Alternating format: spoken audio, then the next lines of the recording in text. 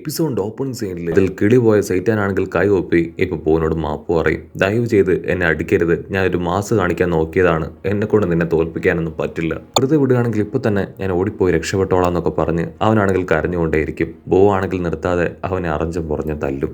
സൈറ്റാനാണെങ്കിൽ വീണ്ടും വീണ്ടും അവന്റെ കാല് പിടിക്കുകയാണ്. അടുത്ത നിമിഷം അവനാണെങ്കിൽ വേദന കൊണ്ട് പൊളയും. ഇവിടെ ഗോക്കു ആണെങ്കിൽ അത്ഭുതപ്പെടും. സത്യത്തിൽ ഞാൻ ഈ സൈറ്റാനെ കുറച്ച് കണ്ടു, ആൾക്ക് അവനെ കൺവിൻസ് ചെയ്യാനുള്ള പവറുണ്ട്, അതും ഒരു നല്ല പവർ തന്നെയാണ്. മാത്രമല്ല ഇപ്പൊ ബൂ അവൻ വേദന കൊണ്ട് പൊളയുകയാണ്. അവൻ എന്തൊക്കെയോ ചില മാറ്റങ്ങൾ സംഭവിക്കുന്നുണ്ടെന്നാണ് എനിക്ക് തോന്നുന്നത്. ഇവിടെ സൈറ്റിനാണെങ്കിൽ ഒന്നും മനസ്സിലാവില്ല. എന്തുപറ്റി, എന്തിനാണ് നീ കരയുന്നത്, എന്റെ പവർ കണ്ട് നീ പേടിച്ചോ? എനിക്ക് മനസ്സിലായി, നീ എന്റെ പവർ കണ്ട് ഭയന്നു പോയി. ഓക്കെ, കുഴപ്പമില്ല, ഇതൊക്കെ നിസ്സാരമാണ്, എനിക്കിതിനെ ഈസി ആയിട്ട് തോൽപ്പിക്കാൻ കഴിയുമെന്ന് പറഞ്ഞ് അവ ഹായ് ആയിട്ട് നിൽക്കും. ഗോകുവിനാണെങ്കിൽ ഭയങ്കര കൺഫ്യൂഷൻ, ഇവിടെ എന്ത് നടക്കണേ, ഇനി ഒരു പക്ഷെ സൈറ്റാന് പോലും അറിയാത്ത എന്തെങ്കിലും പവർ ഉണ്ടാവുമോ, അത് കാരണമാണോ ഇപ്രകാരം ഒരു ചേഞ്ച് അത് ബോന് വന്നതെന്ന് ഗോകു ചിന്തിക്കും. ഈറ്റി ആണെങ്കിൽ ഗോകുവിനോട് പറയും, നീ വെറുതെ നിൽക്കാതെ നിന്റെ ഉള്ളിലെ പവർ അത് പൂർണ്ണമായിട്ടും എടുക്കാനുള്ള കാര്യങ്ങൾ അത് ചെയ്യും. അതിന് ഗോകു പറയും, ഞാൻ അത് തന്നെയല്ലേ ചെയ്തുകൊണ്ടിരിക്കുന്നത്, ഞാൻ അതിനുവേണ്ടി തീവ്രമായിട്ട് ശ്രമിക്കുകയാണെന്ന് പറഞ്ഞ് ശ്രമം തുടരും. ബോ ആണെങ്കിൽ ആ ഗുഡ് ബോവിനെ ഇപ്പൊ പുറത്തേക്ക് തുപ്പുകയാണ്. അത് കണ്ട് ടിറ്റാൻ അവൻ ഞെട്ടും. ഇവിടെ സുപ്രീം കായും എൽഡർ കായും വണ്ടറടിക്കും. അത് കണ്ട് ഡണ്ട പറയും, ആക്ച്വലി ആ ഒരു ഗുഡ് ബോവിന് സൈറ്റാനെ ഒരുപാട് ഇഷ്ടമാണ്. സോ അവൻ അവന്റെ ഉള്ളിൽ ഉള്ളതുകൊണ്ടാണ് ആ ബോവിനെ കൊണ്ട് സൈറ്റാനെ അറ്റാക്ക് ചെയ്യാൻ കഴിയാഞ്ഞത്. സോ സൈറ്റാനെ അറ്റാക്ക് ചെയ്യാനായിട്ട് അബു അവൻ്റെ ഉള്ളിലുണ്ടായിരുന്ന ഗുഡ് ബോയെ പുറത്തേക്ക് തുപ്പി. സുപ്രീംകായ്ക്കാണെങ്കിൽ അത്ഭുതം തോന്നും. അവനൊരു ബുദ്ധിമാനോ അല്ലെങ്കിൽ പവർഫുള്ളായ ആളോ ഒന്നുമല്ല, പക്ഷേ അവൻ മാത്രമാണ് ഇപ്പൊ ലോകത്ത് ജീവിച്ചിരിക്കുന്ന ഏക മനുഷ്യൻ. അവൻ ചെയ്ത കാര്യം നല്ലത് തന്നെയാണ്.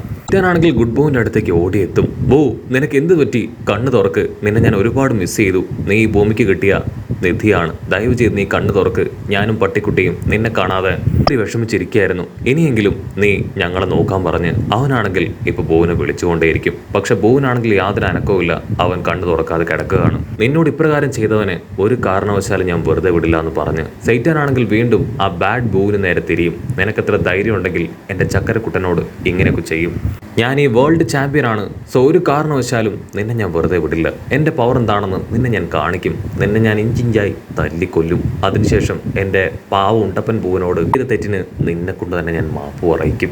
അത് കേട്ട് ബാഡ് ബൂ ആണെങ്കിൽ ക്യാഷ്ലായിട്ട് അവൻ്റെ അടുത്തേക്ക് നടന്നെടുക്കും. അത് കാണുമ്പോൾ നമ്മുടെ സൈറ്റാനാണെങ്കിൽ ഭയം അത് ചെറുതായിട്ടൊന്ന് കൂടി വരും. സൈറ്റാനാണെങ്കിൽ അവനെ തന്നെ സമാധാനിപ്പിക്കുകയാണ്. ഇതെന്റെ സ്വപ്നം ആയതുകൊണ്ട് തന്നെ തീർച്ചയായിട്ടും ഈ ഫൈറ്റിൽ ഞാൻ തന്നെ ജയിക്കുമെന്ന് പറഞ്ഞ് ബോവിന്റെ അടുത്തേക്ക് പോയി അവനെ അറിഞ്ഞും പുറഞ്ഞു വെട്ടിക്കും. പക്ഷെ ബോവിനാണെങ്കിൽ ഒരു പോറൽ പോലും ഏൽക്കുന്നില്ല.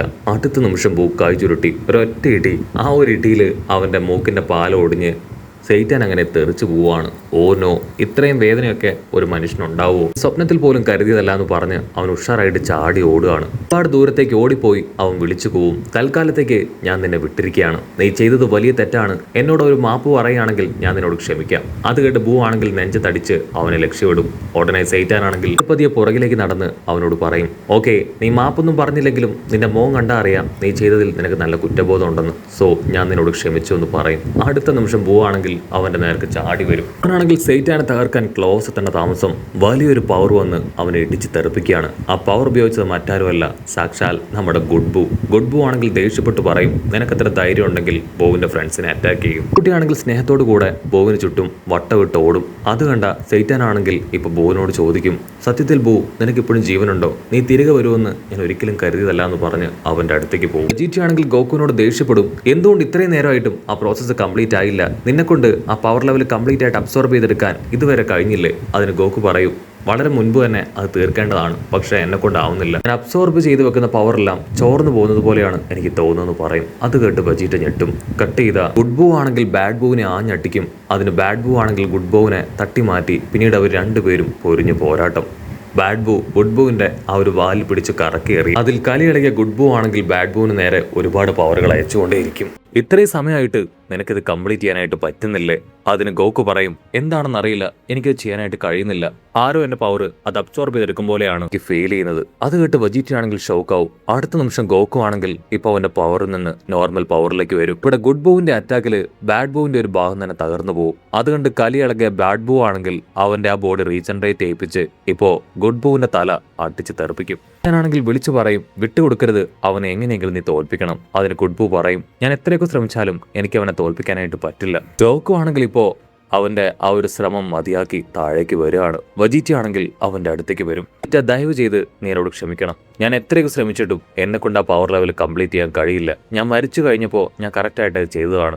ജീവിച്ചിരിക്കുമ്പോൾ അതിലും ഈസി ആയിട്ട് അത് ചെയ്യാൻ കഴിയുമെന്ന് ഞാൻ കരുതി. എന്തോ ഒന്ന് അതെന്നെ ബ്ലോക്ക് ചെയ്തുകൊണ്ടേ ഇരിക്കുകയാണ്. അതിന് വജീറ്റ പറയും, ഇപ്പോൾ നിനക്ക് സൂപ്പർ സൈൻ 3 പോയിട്ട് സൂപ്പർ സൈൻ പവർ പോലും നഷ്ടപ്പെട്ടു പോയിരിക്കുകയാണ് ഗോക്കു. ഇനി നമ്മൾ എന്ത് ചെയ്യും? കട്ട് ചെയ്താ ഇവിടെ ഗുഡ് ബൂ ആണെങ്കിൽ ബാഡ് ബൂവിനെ അറ്റാക്ക് ചെയ്യാൻ ശ്രമിക്കും. അത് കണ്ട ബാഡ് ബൂ ആണെങ്കിൽ ഗുഡ് ബൂവിനെ പിടിച്ചു വലിച്ച് ആഞ്ഞടിച്ച് അവന്റെ കഴുത്ത് ഞെരിക്കുകയാണ്. ഉടനെ സെയ്റ്റാനും പട്ടിക്കുട്ടിയും അവർ രണ്ടുപേരും പാഞ്ഞു വന്ന് അവനെ അറഞ്ച വെട്ടിക്കും. സെയ്റ്റാനാണെങ്കിൽ ക്ലിപ്പിൽ ദേഷ്യപ്പെട്ട് പറയും, നിനക്കത്ര ധൈര്യം ഉണ്ടെങ്കിൽ എന്റെ കൂട്ടുകാരനോട് ഇപ്രകാരം ചെയ്യും. അവൻ എന്റെ ഫ്രണ്ടാണ്, മര്യാദയ്ക്ക് അവനെ വിട്ടില്ലെങ്കിൽ നിന്നെ ഞാൻ തല്ലി പഞ്ചറാക്കുമെന്ന് പറഞ്ഞ് ഇടിച്ചു കൊണ്ടേയിരിക്കും.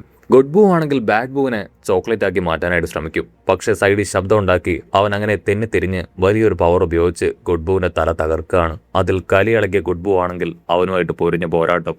വജീറ്റ ആണെങ്കിൽ ഗോകുവിനോട് പറയും, ഇത് ഒരുപാട് സമയം നീണ്ടു നിൽക്കില്ല, എന്തെങ്കിലും ചെയ്തേ പറ്റൂന്ന് പറഞ്ഞ് വിളിച്ചു പറയും. സുപ്രീം കായ്, എൽഡർ കായ്, ഡണ്ടെ, നിങ്ങൾ 3 പേരും ആ ക്രിസ്റ്റൽ ബോളിലൂടെ ഇവിടെ നടക്കുന്ന കാര്യങ്ങളെല്ലാം അറിയുന്നുണ്ട് എന്നെനിക്കറിയാം. നിങ്ങളുടെ സഹായം അത്യാവശ്യമാണ്. ഡണ്ടെ, നാമഗ്രഹത്തിൽ നിന്ന് ആ ഡ്രാഗൺ ബോൾസ് അത് എത്രയും വേഗം നീ കൊണ്ടുപോകും. അവർ ഞൊട്ടിയടയിൽ നാമക്കൻ ഗ്രഹത്തിലേക്ക് കടന്നു പോവാണ്. വജീറ്റ ആണെങ്കിൽ ഗോകുവിനെ നോക്കും. ഗോകുവിന് ഓൾമോസ്റ്റ് വജീറ്റയുടെ പ്ലാൻ മനസ്സിലായി കഴിഞ്ഞു. വജീറ്റ ഗോകുവിനോട് ചോദിക്കും, നീ ഏകദേശം എത്ര തവണ ഈ ഭൂമിയെ രക്ഷിച്ചിട്ടുണ്ടാവും?